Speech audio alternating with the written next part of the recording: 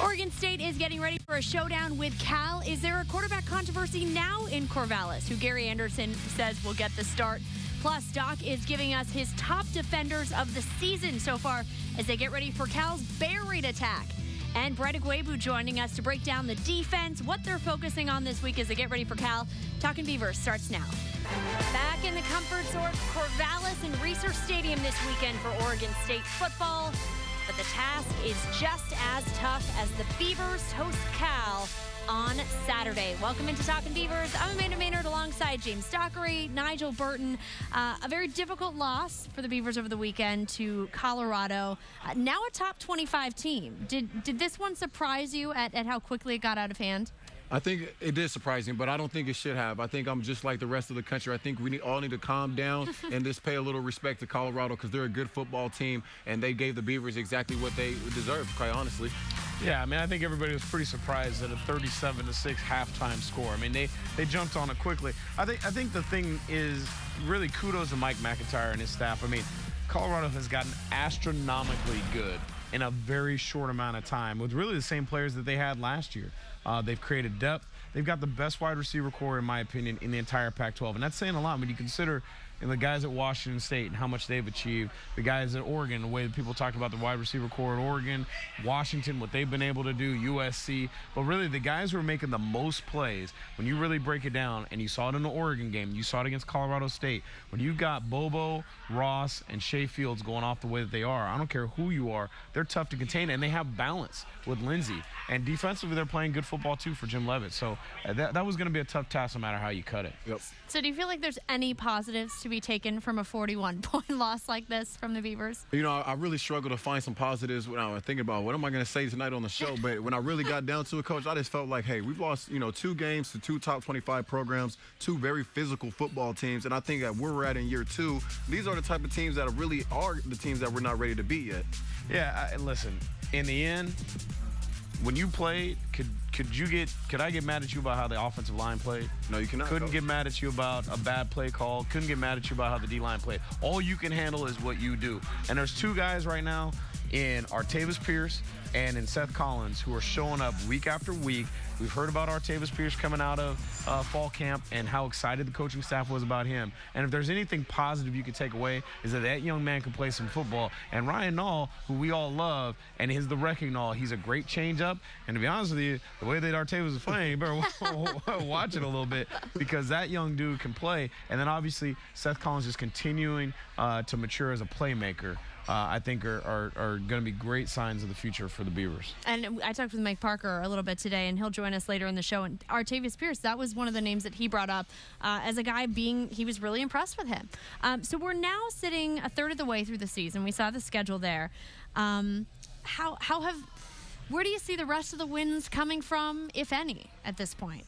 Again, I don't really like to get down into projecting wins and trying to guess how many wins are on the schedule because you never know with injuries and just how, football is about matchups, just like boxing, right? And so I just say, hey, we got to focus on the next week. Right now we have Cal coming into the stadium, and they have a great passing attack. But, hey, we got some guys on the back end on defense that can play football. So you just never know any given Saturday how kids will come out and play. Yeah, and, you can look ahead all you want to, but it doesn't take much to change a team. I mean, if something were to happen to Davis Webb, Cal's a different football team. If something happens to Josh Rosen at UCLA is a different football team. And so whether you talk about how injuries will play in through the rest of the season, and then hopefully that Beaver team that we saw against Minnesota, that team comes back because that team or the second half of Boise State can play with anybody in this conference. And so you never know who the Beavers will be and how teams will change as the season wears through. I want to see that team. All right, later in the show, we saw both Daryl Garrettson and Connor Blount in this one, who will be the signal caller this weekend. But first, the defense will have some major work to do before Cal. A closer look at that after the break. And we're back here on Talkin Beavers, and Nigel and I are discussing the defense. Steven Montez with just a ton of time to throw in that Colorado game. What is the key to getting more pressure on quarterbacks? One, it just has to do with guys have to execute their responsibilities, and they have to be better when it comes to blitzing. There were times when the Beavers coaching staff called blitzes, and guys literally ran down and looked like they were hitting flypaper. I mean, their shoulders were square. They didn't get a whole lot of things in terms of taking edges on their pass rushes, and it allowed too much time for the passes to get completed. Steven Montez was way too comfortable back there. It doesn't matter who you're playing against, whether it's Montez, Cephalou, Peyton Manning finds some extra eligibility. It really doesn't matter. What it all comes down to is you've got to hit them and hit them often. And as you can see, the game they were the most successful defensively, Idaho State, that's when they had the most pressure, had the most tackles for loss. The game they were the least successful defensively, Colorado, not really much coming in. And over the whole season, I mean, you're talking about the whole front seven has really only created 4 sacks. And in 4 games, that's really just not enough pressure to help the guys in the back who really are playing their butts off. All right, speaking of those guys in the back, we are taking a look at your play breakdown here, Standard TV and Appliance play breakdown. Take it away. Well, so the one thing that I wanted to show is kind of what happens and why life for these guys in the back is so difficult. If you really took a look at the Oregon game, this was Colorado's bread and butter play. They ran the read zone over and over and over again, read zone, read zone, read zone. And then one of Steven Montez's favorite plays is to run the read zone and hit the slant right behind it. So you'll see read zone action. He'll drop back. The idea is to try to hit the window between the linebackers and the safeties, right, to get that pass breakup. And to be honest with you, I think the Beavers were well prepared for it. As you can see, very first pass play of the game, there's Montez running the read zone. There's the hole that they want to hit. But what happens? Great job by my man Devin Chappelle, who's had a great year, gets the pass breakup for the Beavs. The problem is now the Colorado coaching staff sees that the Beavers are really aggressive at stopping this play. So what do? Same exact scenario. You're going to see the read zone action. You're going to see the linebackers actually do a pretty good job of getting run pass keys. They'll run that same slant action. Devin Chappelle now says, hey, listen, man, I'm getting that pick. I'm going pick 6. The problem is it's the sluggo route, and that's what ends up going for the touchdown against Colorado. So once again, there's the read zone action. There's the slant and go. And it's 6 for the Buffaloes. That's a tough play. And really when it comes down to it, the way that you coach around that thing is difficult, but you make sure that what you're teaching guys is eye progression. In terms of eye progression, you're trying to teach that guy to get his eyes to transfer from the offensive lineman to his receiver. And this isn't the NFL. When that guy runs that slant, you can go collision him, and it's not a pass interference call. There's no 5-yard rule like the NFL. And that's really the way you have to beat that play. In addition to, those guys have got to get pressure to help those guys in the back. How tough a test is this weekend against Cal in that offense? It's going to be a major test. But the beauty is, I would say the guy that we feel the best about in the secondary is Thomas Deku along with Devin Chappelle. And Chad Hansen right now is absolutely killing it in the country. 55 receptions. He's got more catches, more balls thrown to, more targets than anybody else in the Pac-12. But he's lined up against Tristan, and this is where Tristan's going to have a chance to earn his money. All right, much more to come here on Talkin Beavers. We're breaking down Cal's offense. And Bright Agwebu joining us to chat about the solid season he's having. But first, what everybody is talking about in Corvallis, the quarterback situation, who will and should be under center. Welcome back to Talkin Beavers, and it is now time for our Wilson Motor Game Balls. Doc, let's start with you. I'm going to go with Xavier Crawford. I'm always liking to see what the DBs are doing. Xavier's doing a real good job of mixing it up in the pass game and also the run game. He has 7 or 6 solo tackles, a pass breakup. He's getting involved, and for a young guy out there with some opportunity, he's starting to look like a ball player. All right, Nigel? Mine's going to my man, Art Pierce. Tell you what, Artavis Pierce was my guy. You average 7.6 yards a carry. You don't get my game ball. Heck, I'll even give you an extra post-game meal. But my man, he definitely handled his business at Colorado.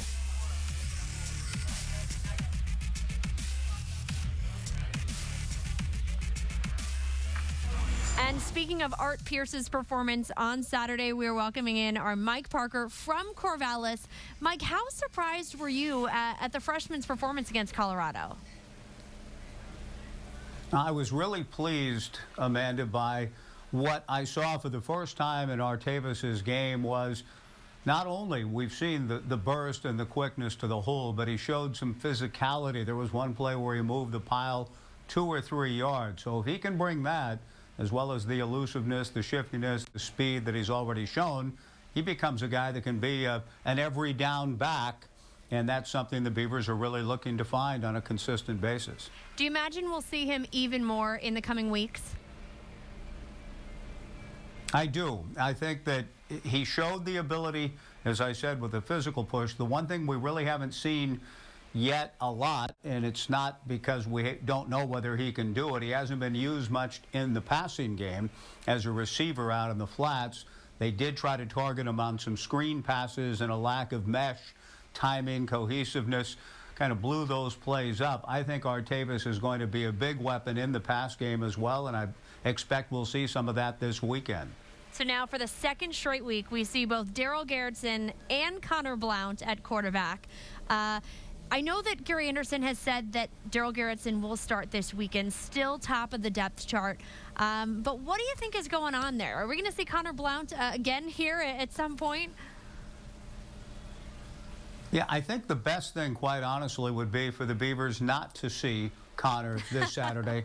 That would mean that Daryl Garrettson, if there's been any sort of message at all that Coach Anderson and the offensive coaches have been trying to send him, that means he's gotten it and he's gone to work on it. I know that the games haven't gone particularly well, and the Beavers' problems are not certainly all at Daryl's feet by any stretch of the imagination, but there were some throws in both the last two games against Boise State and Colorado that probably Daryl had made in the Minnesota game that he missed in those two losses.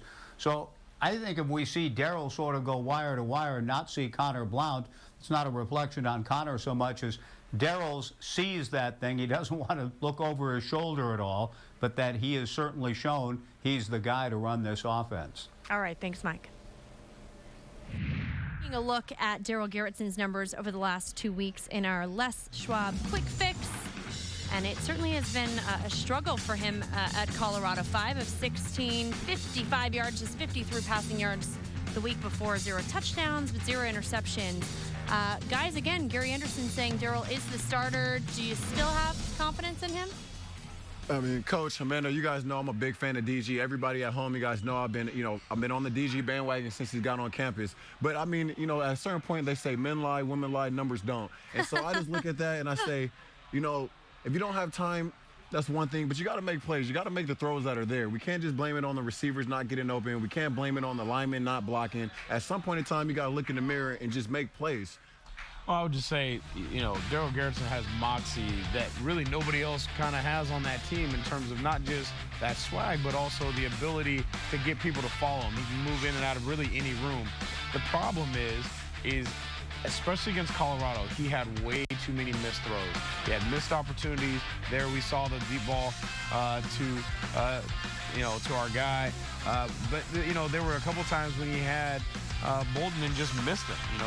He had him on a corner route, therefore touchdown later in the first quarter, and missed him, which would have made it 7-0. They had to settle for a field goal. So that was one of the few games I've seen where he just absolutely missed guys more than he should have. And, Connor Blount has had the chance to take this job, and to be honest with you, he wasn't exactly stellar. Otherwise, he might have been handed the keys. Yeah, he didn't do much at all. If you take both of those averages, it's 40% average between both of our quarterbacks, and 40% is not going to get it done against Westview Wildcats, I'll tell you that. Yeah. Apparently, everybody liked what I said because they were, really excited about it. So, okay, from a coach's perspective, from a player's perspective, I know Gary Anderson says, okay, Daryl isn't looking over his shoulder. He's the guy. But isn't he? I mean, if all of a sudden Connor Blount comes in, okay, the first time he's injured, the second time it clearly was an injury. Look, everybody needs to look over their shoulder at some point. I mean, nobody's safe. Nobody's job should be safe. Gary Anderson's got the safest job on that staff. Other than that, whether you're on the staff or you're a player, your job's not safe. So you should always be looking to see, all right, hey, I've got to make sure that I perform or this guy's going to take my job. That's a healthy thing, by the way. Yeah. What he doesn't want to do is be in a situation where he feels like any mistake he makes, he's going to get yanked. Right. And I don't get the feeling that because of the way that Gary and the staff has communicated with Daryl Garrettson, I don't think he has that feeling. Right. And that's where you can start to see mistakes. Yeah, and that's a fine line, too, because, I just think about it at corner. I know if I get beat on a couple deep balls, hey, if there's somebody in the Pac-12 behind me, it may be an opportunity for him to come play. At the same time, if I get beat by a great player that's making plays, I shouldn't have to feel like, man, am I coming out right away? Right. You got to make plays. And I have to imagine, again, confidence is so much a part of this. And I don't think that's what's happening. I mean, there were just some times when they needed a change of pace, and there were some prolonged things. So hopefully he gets things back on track versus a Cal secondary that has struggled this year. Yeah. Right. So what do you think Daryl Garrettson needs to do to fix this offense? Well, I think we can start off up front. You know, everything in football, like we talk about week to week, is all up front. We need to be able to protect DG and keep him upright and let him get some confidence. You know, when I was in Carolina, the main thing we talked about on defense was hit that quarterback early and often. If you can hit a quarterback early and often, you can affect his ability to stand in the pocket and make big throws. And you take the words right out of my mouth. When it's the second play of the game and it's your first pass attempt and they bring a corner blitz and you take one in the chops, that's not a good start. That's not a good look when you're trying to start the game. Now, that being said, the person who's in charge of setting that protection ultimately is Daryl Garrettson. Right. And so you got to recognize that and slide, or if you recognize that you didn't and you slid the protection the wrong way, it's on you to get that ball out of your hands, even if you got to throw in the dirt in somebody's feet. Right. So those are things that he has to make sure he does to protect the football and get himself out of situations of getting hit. All right, still more to come here on Talkin Beavers. A defensive star is weighing in on how to stop Cal a little later in the show. But first, Lindsay sitting down with Seth Collins. That's ahead. Research Stadium set for another Pac-12 opponent. Oregon State hosting Cal this Saturday at 6 p.m. The Golden Bears fresh off an upset over Utah. Now, Seth Collins continuing to impress during his transition from quarterback to receiver. Our Lindsay Schnell sat down with him in our Flat Tail Brewing Damn Good Moment. Blitz coming from that side. Garrettson stands in and delivers. You called for Collins, and there he is with a first down catch. You have emerged as the team's best playmaker, which you were last year, but now you're in a different position doing it. Do you feel settled at receiver yet, or are you still learning so much? I don't feel settled at all. It's kind of it's an exciting feeling. I feel like I'm just building off each game and just doing my best to try to get better. I'm just learning different things that work and don't work, and just like different aspects of the game that go along with wide receiver that I've never faced before. Do you feel like this is a position you could really fall in love with, or have you already fallen in love with? Because I think you could be an incredible receiver in this conference. Yeah, I mean, I love football. I've been playing football, most since 6 years old. So it's when I'm on the field and the football touching my hands and I get to do what I do and just play the game out there against, other D1 teams and in front of people that, we get to play in front of. It's just exciting. Seth Collins motions out of the backfield. Garrettson looking his way. He's got it on the slant and reaches for a first down at the 30. When Coach first approached you about it, did he say that you already had all the tools to be a successful receiver, and is that sort of how he sold you on it? Yeah, they just said that I'm a playmaker, like most people say, and they told me that, playing receiver, I just got to, get the little things down and work on them. I took that to heart in the offseason. I really just tried to work my craft, watch film, and watch other receivers that are like my height, run kind of similar to me, and try to just learn from it, try to just break it down, and I'm still trying to do that right now. And they've got 2nd and 10 from the CU 45. Nice pocket, and the crossing route. Collins over the top, and he somersaults inside the 25. Are there still some crazy hurdles in you that are just waiting to come out? I don't know. I don't know. I can't say I'm gonna go hurdle, but it's just like when it happens, it happens. And I don't know. I love the feeling of making a move and making somebody miss or making a big play. So who knows? So. The coaching staff this week praised him for his desire to become a polished receiver. What do you think it's going to take for him to be, quote-unquote, a polished receiver in this league? He's doing pretty well when you look at the top 5. Yeah. Pac-12. I mean, more reps. I mean, that'll help. The biggest thing is how you learn to get in and out of breaks. That's the most critical thing because that's the difference between a quarterback throwing an interception, a DB getting a pass breakup, and making a reception is getting out of breaks, exploding, having that chemistry with the quarterback in terms of where I'm going to be, when I'm going to be there, and getting that ball out of your hands. And then really being special after the catch. That's the thing that really then starts to separate guys is once you make it, or you just kind of happen to be there and you go down to the ground, or you can make a guy miss and then go 80. And that's what I think Seth kind of has that ability. Yeah, I think time is really going to help Seth. When we watched that interview, I told Coach, I'm like, man, that's just like, if I had a little brother, I think it would be like Steph, because you could just, being around him, he just has that energy where he's a guy that you want to play football with. Like he said, I love football. I've been playing this game since I was 6. So I'm sure he's been in the backyard saying, oh, Collins for 6, right? So now he gets to actually do this and, you know, put in enough time in the classroom, get enough reps, and I fully expect for Steph, you know, like he has been, a big-time player from day one. I think the thing that makes him different, too, when you watch him play, there's no question whether he loves the game. And it's easy to love the game on Saturdays, but you can tell he loves the game on Wednesday morning when it's raining and nobody really wants to be there, including the coaching staff. You can tell because you're watching his game grow week after week after week versus the guys who are pretenders. They start to kind of tail off as the season wears on. So I hope he continues that passion. They continue to feed him. I mean, do you imagine that we'll see even more of him, you know, in the coming weeks? Oh, no question. And here's the thing. Here's a guy who never played the position before, and yet he has become the third down go-to guy. Yeah. And it was from the beginning of the season. Minnesota, when Darryl Garrettson needed somebody to make a catch, he didn't go to Victor Bolden. He didn't go to you know, all these different guys who played the position for years that are 6'5" and all this other stuff. He went to the guy who he knew was the JYD, would make plays for him, would sell out, and wasn't worried about who's going to hit me, can I this, can I that, just give me the rock. And that's the thing I think can really help Seth. Yeah, he's not afraid of the moment. You know, obviously that just shows, you know, 5 receptions a game because players make plays, coaches get the ball to guys that are dynamic. And Seth is one of those guys that you have to get him the ball. So, I mean, we should give him the ball as much as we can, but there's other variables that factor into how much we can get that done. But, you know, as many times as Seth can touch the ball, the better. So, again, several weeks into the season, and here we are talking about the receivers, and, again, no Jordan Villeman. Right. At this point, is he a lost cause? Do you start moving on down the roster, or is he still going to emerge at some point? Man, Coach was looking at me. Jordan, you got to wake up, man. Let's go. Let's get it together. Last year, bright spot. I love coming to the games, watching you. Big plays from Seth Collins. That was a good connection. You know, Seth Collins, fade ball, Jordan Villeman. I don't know what's going on. We got to figure out a way to use that body, man. You make me scared to want to guard you. You know, 6'5" with all that size. Let's wake up, man. I just think at this point, once again, I just kept hearing about all these guys. Where's Paul Lucas? Right. Where's Hunter Jarman?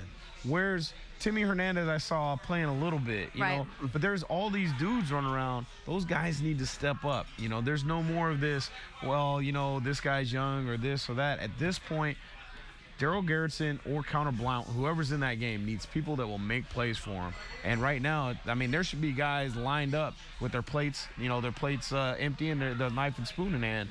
And I'm only seeing 22 and a little bit of 6. Right. And that's the thing that would scare me the most. All right, still ahead, a closer look at what makes Cal's offense go. And after the break, next, Bright Ugwebu checking in to tell us about his standout season. The Beavers back in the comforts of Reser Stadium this weekend as they get ready to host Cal. And they will certainly present some challenges on offense for this Beavers defense. So to help us get ready for the Golden Bears, we're now joined by sophomore linebacker Bright Ugwebu from Corvallis. Bright, thanks so much for joining us today. When you look back at that Colorado tape from last weekend, what was kind of the focus for the defense in practice this week? We focused on working on our conditioning, especially, you know, being in that conditioning and the elevation and the fast-paced offense. They kind of had a hand on us, but mostly we worked on being assignment sound and working on our technique, you know, being 11 strong and playing as a whole team instead of just separate different positions. You know, we're trying to work together to play as one machine instead of different gears. You know, and when looking over the film, I mean, what were some of the things that the coaches told you about what kind of got out of hand against Colorado? I mean, the main thing that really threw our game plan off were the injuries we had. You know, we had a couple key guys go down, so our game plan was kind of out of the window, so we were kind of freestyling from here on out. So, you know, we still should have been able to play our defense, but we were kind of a step behind, and, you know, it took a toll on us. And you mentioned those injuries. I mean, that kind of had a unique, put you in a unique situation. You had to step in as the emergency nickelback. What was that like for you? Had you practiced that before? I've always taken a few reps at nickel, you know, here and there in practice, but, you know, that's the position I had to play for our defense last year, so it wasn't anything new for me. I, you know, stepped in the role and did my best to do the job that Coach Kloon gave me. What are some of the challenges of stepping into that position? Definitely covering much faster guys, you know, dealing with the footwork that those guys practice every day, and I don't really, you know, I'm usually doing my linebacker work. So that's one thing I'm going to have to work on going on to the end of the season. You know, being a versatile player, I want to be asked to do multiple things, so I have to be sound on multiple techniques. So far, you lead the team in tackles for loss. You're second in sacks. What has this season been like personally for you? I wouldn't say it's been the best for me. I've always hold myself to a very high standard. You know, I've always want to do more and to help the team, especially, not just for myself. So, you know, going into the next last few games that we have, I'm really, you know, going to push it to give my team all that I can. All right, so Cal has the second best passing attack in the country. What does this defense need to do to slow them down? We need to get pass rush. We need to get hands up in the quarterback's face. We can't let him get comfortable in his pocket. You know, if we keep his feet moving, we keep him nervous. You know, if we're constantly on him, I think we'll make him make some mistakes that our DBs will capitalize on, and we'll be able to turn that game around real quick. All right, thanks so much, Bright. 3rd down and 8. Leidner's pass is broken up. He was whacked by Devin Chappelle. He's hammered behind the line of scrimmage by guess who? Treston Decoud. There it is, off the edge. Right Ugwebu again. And that's intercepted. Decoud is second of the game. And Decoud is gone.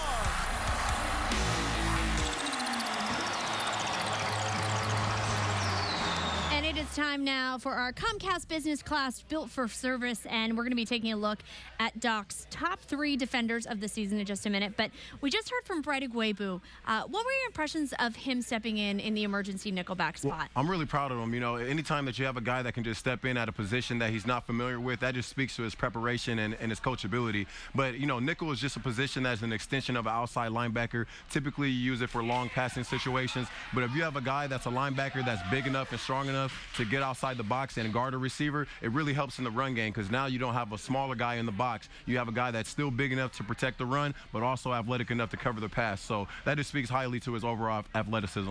All right, time now to check out your top 3 players, and we're starting with number 3. Who do we have? We got Tylis Fa'alagu. I'm really a fan of him. I think everybody in Beaver Nation would agree that we need to get a better pass rush at Oregon State right now. But as you can see on this play, he's stout on the edge. He's a guy that I know comes to practice and brings his hard hat. He's ready to get better. He approaches each game with the right mentality, and I really expect big things from him moving forward in the season. And they're still not sure if he's going to play on Saturday. If they're missing him, what kind of challenges is the defense up against? Well, I think a great defense would say, you know, next guy up. But if we lose Titus, you know, for this week, that's big. We need him to get after the pass, get after the pass rush. The Golden Bears have a tremendous pass attack, and so we need as many guys that we can to get after the quarterback, and Titus is one of our better athletes at that. All right, next up, number 2. Devin Chappelle. That's one of my favorite guys. I'm loving how violent he's playing this year. You know, when you see this DB tackle, it's not leg tackle. This guy's coming up. He's getting guys down with an attitude. And as a DB coach, you love that. He's also making plays in the pass game, has some pass breaks up. He has a sack. He's just all over the place. And if you watch the game closely like I do, he's a guy that pops up from the back end. All right. And we are sticking with the DBs. Again, Treston Decoud, another one of my personal favorite. You know, I really wanted to put Bright in my top 3, but, you know, Treston Decoud with 2 interceptions already, 1 to the house. He's just a guy that's looking like he wants to get paid. He's putting in the time in the classroom. He's anticipating routes. He's taking educated guesses.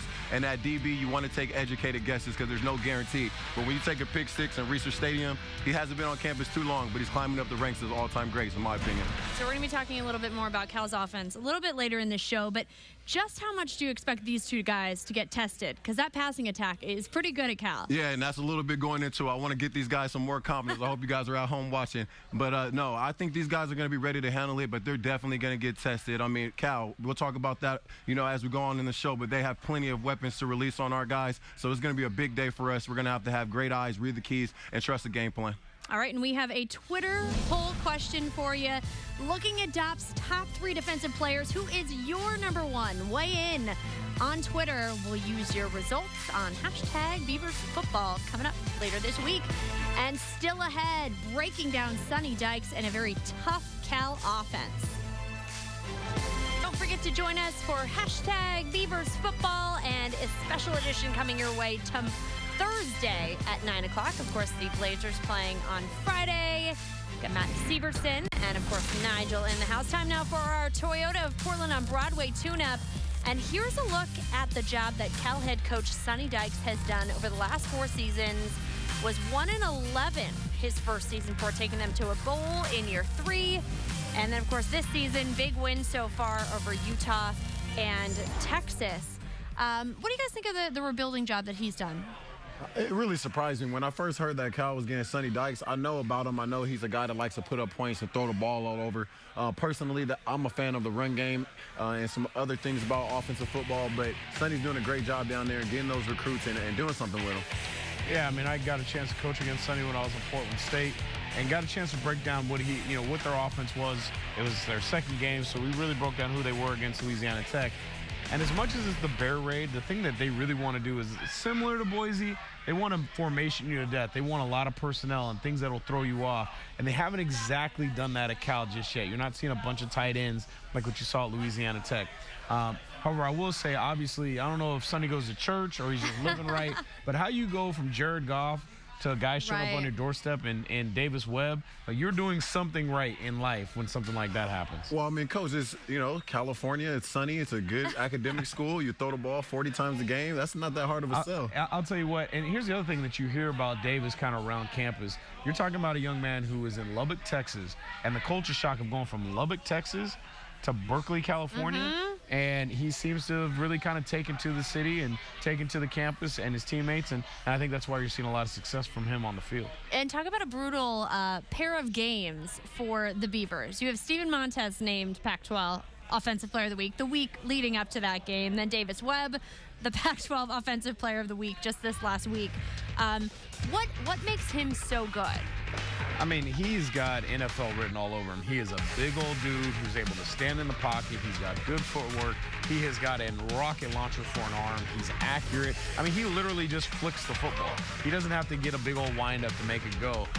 And I mean, he's accurate, and he doesn't mind running the football if he needs to and running you over. I mean, just ask Hawaii. He trucked a few guys in that game. So, I mean, he's got the entire package. He may not necessarily be the overall #1 pick, but you'll definitely see him on Sunday. Yeah, I agree. He throws the ball effortless. And the thing about Cal is they have guys there. We always talked about it in NFL locker rooms. It's like, man, Cal has all this talent down there, and all the talent is down there because they're playing on Sunday. But why can't they get it done on Saturday? But it seems like Sonny's going in the right direction, and it starts having with great quarterbacks. You know, the issue is, how many of those guys on Sunday do you see playing from Cal that play the offensive line? You're right. That was always the issue, was they couldn't move you off the offense. They could have the Deshaun Jacksons and the Jared Goffs and the Marshawn Lynches, but they couldn't move you off the football, which is why they struggled as a team sometimes. And that being said, Jeff Tevler was, enormously successful. Yeah, he was. Does Davis Webb, when you've watched him over the past couple of weeks, what is his weakness? Does he have a downside? He puts his pants leg on. I don't know. He's still human. I mean, if you cut him, he's going to bleed, which means if you hit him, he's going to react like every other quarterback does. You have to find a way to hit him. I'm going to tell you right now, if you let him sit in the pocket and distribute the football and you can't get pressure on him, it will be a long day for whether it's the Beavers, the Ducks, New England Patriots find some eligibility. It'd be a long day for them, too. Yeah, I agree. I'm going to piggyback on what Coach says. You got to hit that quarterback. We got to do it early in the first quarter. Let's rely on that Corvallis. That nice night is going to be, the student section. Let's get loud. Let's be proud. Let's hit the quarterback and get some ball rolling. And honestly, I think maybe the best defense you can have might be your offense. Exactly. If you've got Artavis Pierce and Ryan Nall, hitting them for 7.6 yards of carry, being able to play a little bit of keep away, those are the things that can then rattle that team. And it seems like, this offense really revolves around Davis Webb and Chad Hansen. I mean, he's kind of the guy, right? I mean, we're still trying to figure this thing out. I mean, Chad Hansen is, just one of those guys that, he's 6'2", 205. He looks like he's like a prep school dropout kid. I mean, I don't know. He's got the good hair. But when you watch him, he lines up pretty much in the same spot throughout the game. He runs pretty much 4 routes, but he is great at the point of attack. He is super athletic. Don't let it fool you. And he's great with the ball afterwards. So that's where I think the matchup's going to be really interesting, like I had mentioned before, between him and Tristan Deku. If Tristan wants to play on Sundays, a great way to pad your resume is to shut a guy like Hansen down. Yeah, I'll definitely be looking forward to that matchup. You know, Chad Hansen, he's a big-time competitor. He's a guy that's making a lot of plays on Saturday. And it's funny, it wouldn't be surprising to me if he's the guy that catches some passes from Tom Brady. He just seems like one of those Patriot-type receivers, and he can catch the ball and do some things. All right, and to get you ready for the weekend against Cal, we're going to head over to the OSU Beaver store.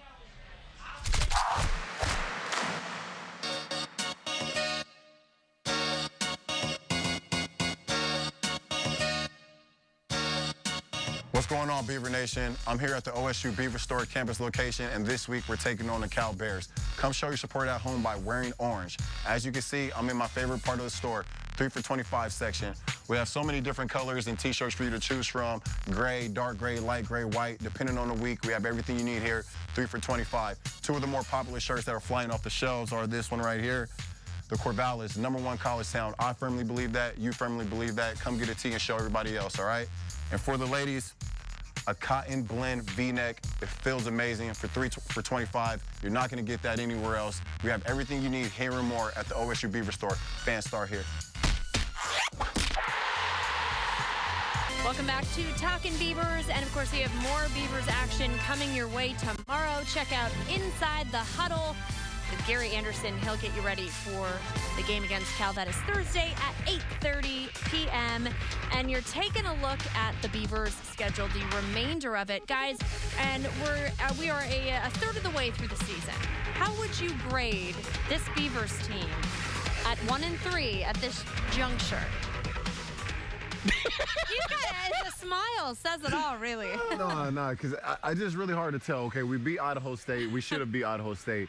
We lose to Boise State and Colorado. Again, they're 2 top 25 teams. So if I'm going to say that we lost to 2 top 25 teams, how can I grade you? At 1-3, I want to give you an F. But losing to 2 top 25 teams, being a former player, I know that's a tough way to win, and that's a tough schedule to have so far. So you go with a C. I think Gary Anderson said it perfectly this week when he talked about that it may seem like they're far away, but they're closer than people think. I mean, when you watch this team versus last year's team, I mean, there were times they were out of games and it never recovered. You look at this year's team, you know, that second half against Boise, that entire game against Minnesota, if they play like even the second half of Colorado for that matter, they will be competitive in a lot of games to give themselves chances to win. And if you know what, bring that schedule back up if you don't mind. If you take a look at that schedule, honestly, I mean, you've got, who would have ever thought Utah before the season would go to Cal and lose? Who would ever thought, I mean, who's Washington State? Are they the Washington State that beat up on Oregon, or are they the Washington State that lost to Eastern Washington? UCLA 3-2 or right? 3-2. I mean, yeah, who's UCLA? Are they not going to be able to block like they did against Texas A&M? Stanford just got the brakes beat off them up in Seattle. Arizona was down 21-3 to Grambling.